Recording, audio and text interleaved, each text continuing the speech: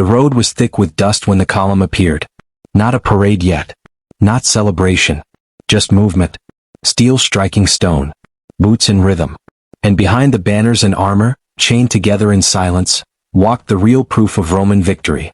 Women with hollow eyes, already aware that survival would not mean mercy. In the year 70 AD, Rome did not simply conquer cities. It consumed them.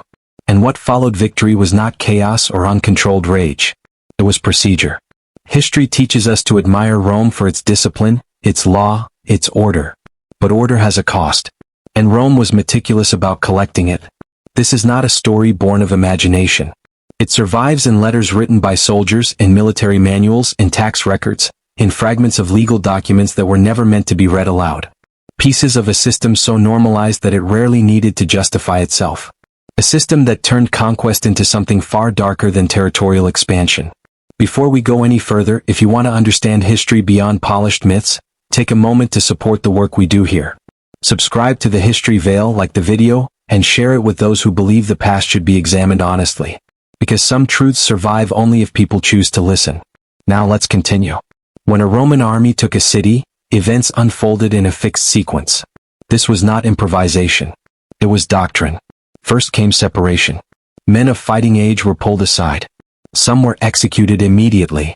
Others were spared for later use in arenas. Children and the elderly were assessed quickly. Too weak to transport, too costly to maintain, many were abandoned or killed depending on circumstance. Then came the women. Young women were treated as a distinct category. They were gathered into public spaces, often the central square, and kept there under guard. Exposure was intentional. Humiliation was part of the process. Officers moved through them calmly, selecting, rejecting, marking.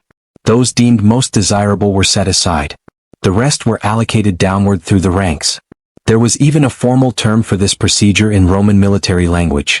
Female war spoils. It appeared in official correspondence. Sanitized. Bureaucratic. Bloodless. This was not about uncontrolled desire. It was about power. About breaking identity before formal enslavement even began. Roman commanders understood this with absolute clarity. The act was symbolic. A message delivered to the defeated population without words. Resistance ends here. Your bodies now belong to Rome. Soldiers recorded these moments with unsettling detachment. In private letters, scenes were described not as violence, but as entitlement. Preference replaced empathy. Compliance became convenience. The language was casual. Efficient. It reveals something essential. This was not frenzy. It was normalized domination. Rome did not hide this practice. It regulated it. Taxes were levied. Ownership was recorded. Even the initial distribution followed rank. Victory was converted into reward. And reward reinforced loyalty. The ritual served a political function.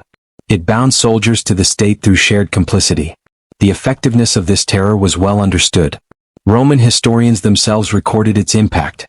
After rebellions were crushed, silence followed. Not peace. Silence. Entire regions subdued not because they were convinced, but because they had been shown what defiance cost. The fate of captured women was not collateral damage. It was strategy.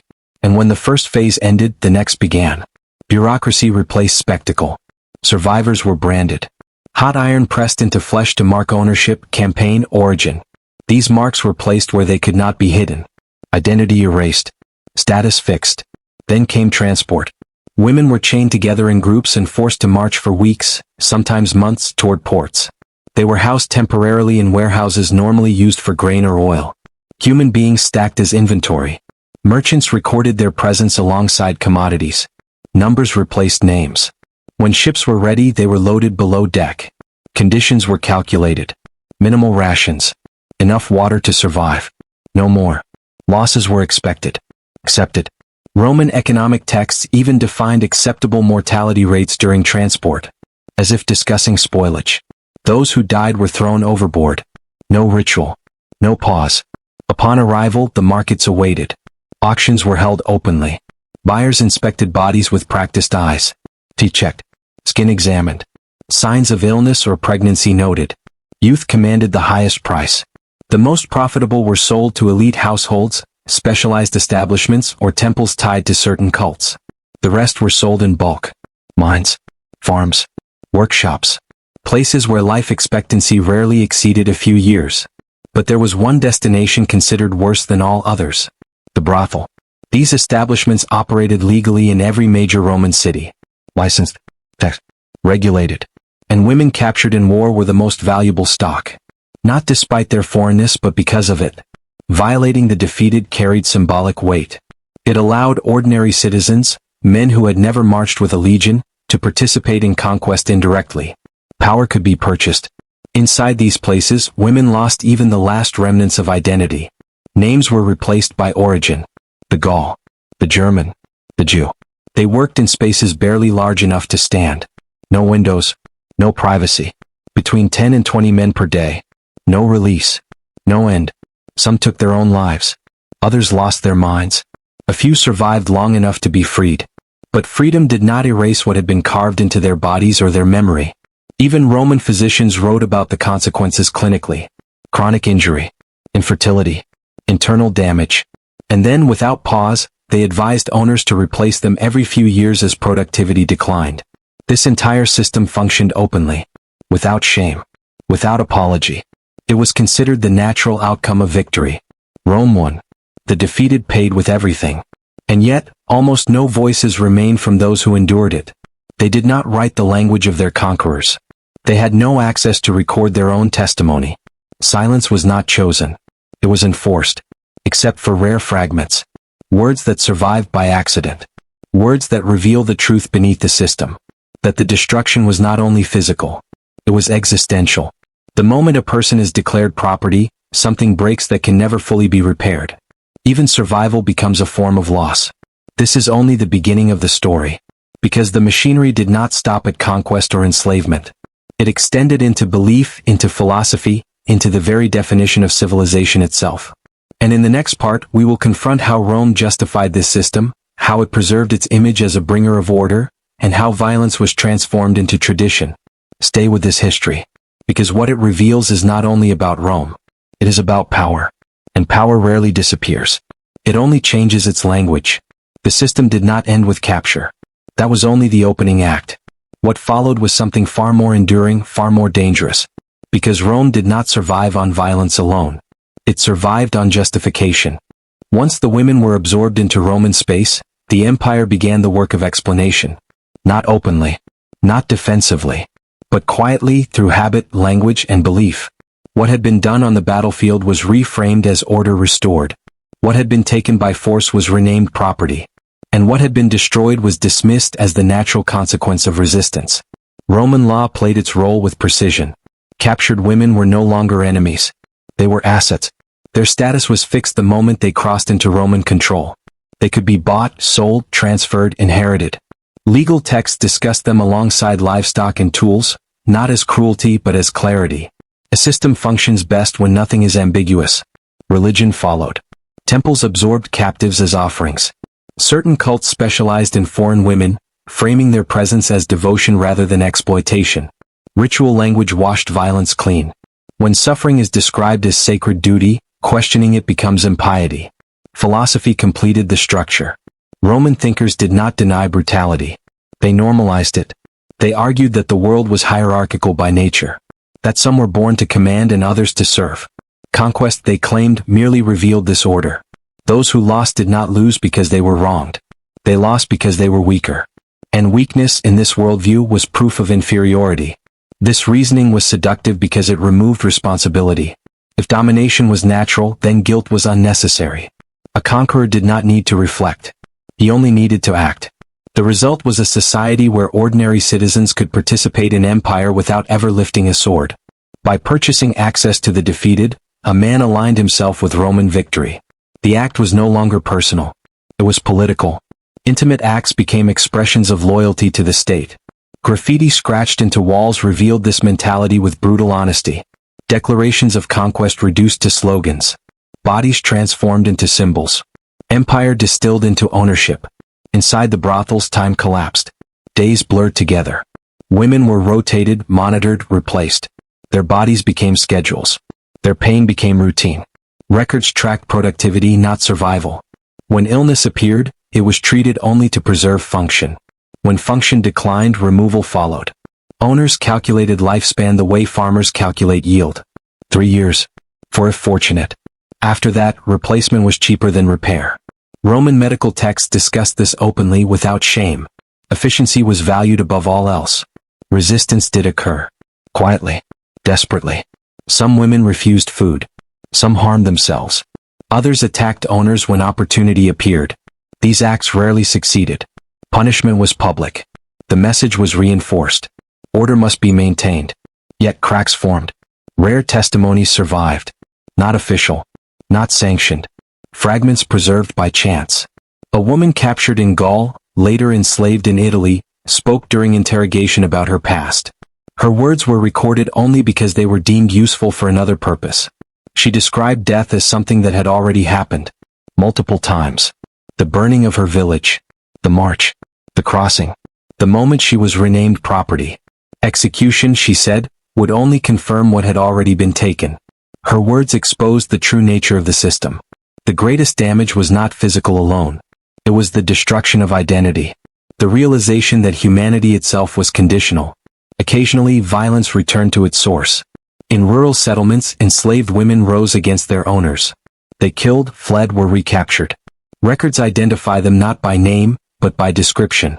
Hair color. Origin. They were executed publicly. But one sentence, preserved by a clerk, survived. You taught us that the world belongs to the violent. We only practiced the lesson. Rome called this criminality, not contradiction. As centuries passed, the empire expanded and fractured. And then, something unsettling occurred. Roman women began to experience what conquered women always had. Invasions reversed roles. Captivity changed hands. A historian noted with surprise that some Roman women met capture with resignation rather than hysteria. As if recognizing a familiar pattern. History folding inward. Violence returning to its origin. But recognition did not bring mercy. The system did not soften when roles reversed. It merely revealed its permanence. Rome believed itself civilization. Law. Order. Progress. And yet, it was built on a foundation that required the constant degradation of others. When that foundation cracked, the structure could not hold. This is the danger of systems that normalize suffering. They do not end when empires fall. They migrate. They adapt. They rename themselves. And this is why silence endures. Because to fully confront what Rome did would require questioning what we inherited from it. Its laws. Its institutions. Its ideals. Admiration becomes complicated when foundations are examined. The past is not distant. It echoes. In language. In systems. In habits of thought. Every time suffering is justified by necessity. Every time power excuses itself through order. Every time humanity is divided into categories. This story is not preserved to condemn ancient people as monsters. It is preserved as a warning. Civilization does not eliminate cruelty. It organizes it. And if this history feels uncomfortable, that discomfort has purpose. Because only what unsettles us has the power to change how we see. This is not the end yet. Because what remains is the final question. Not what Rome did, but what we choose to remember. And what we choose, again and again, to forget. When the empire finally began to weaken, the machinery did not disappear. It only shifted direction. The same logic that had once justified domination outward now turned inward. What Rome had practiced on the defeated world for centuries slowly returned to its own people, wearing a familiar face.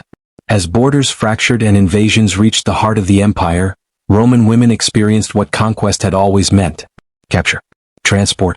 Ownership. A late historian noted something unsettling during these invasions. Some Roman women did not scream or resist when taken. They appeared resigned. As if they recognized the pattern. As if history had folded back on itself. Violence returning to its source. But recognition offered no protection. The system did not soften when roles reversed. It simply revealed what it had always been. A structure built on the idea that humanity was conditional, granted only by power. By this stage, Rome still believed itself civilization. Law, order, discipline. Yet its foundations were cracking. Not because it lacked strength, but because it could not sustain the moral contradiction at its core. A society cannot endlessly divide the world into conquerors and conquered without eventually consuming itself. The fate of the women taken by Rome had never been an accident of war. It had been policy. Documented. Calculated. Repeated. Military reports reduced lives to numbers. Commercial inventories listed women alongside wine, grain, and animals. The language was precise because precision made cruelty efficient. And still, almost no voices survived. The victims did not leave memoirs. They did not carve their pain into monuments. They were denied the language, the tools, and the audience to record their own existence. Silence was not absence. It was erasure. Except for fragments. Rare, accidental survivals that slipped through the cracks of history. One such fragment comes from a woman later executed in the arena after converting to a forbidden faith. When asked if she feared death, she replied that she had already died many times. When her village burned. When she was marched to the sea. When she was chained below deck. When she was first called property. Death, she said, would only confirm what had already been taken. Her words reveal the deepest truth of the system. The destruction was not only of bodies. It was of identity. Of the idea of self. Once a person is reduced to an object, something breaks that survival alone cannot repair. Occasionally, resistance surfaced. Enslaved women in rural settlements killed their owners and fled. They were hunted down. Executed. Their names were not recorded. Only their punishment. Yet one sentence survives from a court record. You taught us that the world belongs to the violent. We only practiced the lesson. Rome called this crime. Not consequence. This was the empire's greatest hypocrisy. Rome claimed to bring order to a chaotic world. To replace barbarism with law. Yet its order was built on systematic violence. And when that violence was mirrored back at Rome, it was suddenly intolerable. Centuries later, as the empire collapsed, observers noted the irony without fully grasping it. The same logic Rome had imposed outward now governed its own decline. Conquest had always carried a cost. Rome simply delayed paying it. And still, admiration endures. We study Roman law as the foundation of modern legal systems. We praise its engineering, its roads, its architecture. We celebrate its military discipline and administrative genius. But rarely do we ask what sustained that system. Rarely do we confront the human cost hidden beneath efficiency. History books devote pages to emperors and generals. They dedicate paragraphs to battles and borders. But the fate of captured women is often reduced to a phrase. Enslaved. Exploited. As if naming it fully would demand something uncomfortable from us. Because to confront this history honestly would require questioning what we inherited. How much of modern order descends from systems that normalize suffering? How often violence is justified by necessity, security, or progress? How easily human beings become categories when power demands it? Rome was not unique. It was simply honest in its records. It documented everything. The problem was never ignorance. It was acceptance. This is why silence followed these women into history. Not because evidence was lacking, but because acknowledging it would complicate the story we prefer to tell. A story of civilization rising cleanly from chaos. A story where greatness is admired without examining its price. There is a tombstone in a museum today, discovered near an old Roman fort. Its inscription is brief. Here once was a woman. Her name forgotten. Her homeland forgotten. May the gods show her more mercy than Rome did. No triumph. No lineage. Just an apology carved too late. How many others were there? Not thousands. Millions. Across centuries of expansion, entire generations of women passed through the same cycle. Born free. Captured. Violated. Enslaved. Erased. Each one a complete human life reduced to a statistic in a report or a line in an inventory. This was not uncontrolled brutality. It was methodical. Repeated. Legal. Normal. Rome did not fail to be civilized. It functioned exactly as designed. And that is the most disturbing lesson. That civilization does not eliminate cruelty. It organizes it. That progress can coexist with atrocity when suffering is redirected onto those deemed expendable. That systems endure not because they are just, but because they are convenient. The question this history leaves us with is not about Rome alone. It is about us. How many modern systems speak in the same language of order and necessity? How many comforts rest on suffering kept out of sight? How often we choose elegance over honesty. We prefer comforting myths to disturbing realities. We prefer heroes to victims. We prefer stories that allow us to admire without responsibility. But history does not ask to be admired. It asks to be confronted. Because the moment we stop questioning the foundations of power, we begin repeating them. If this story unsettles you, it should. Not because it belongs to the past, but because its logic never truly left. Power in every era finds a way to sanctify its own sin. The final question is simple. Will you continue kneeling at that altar?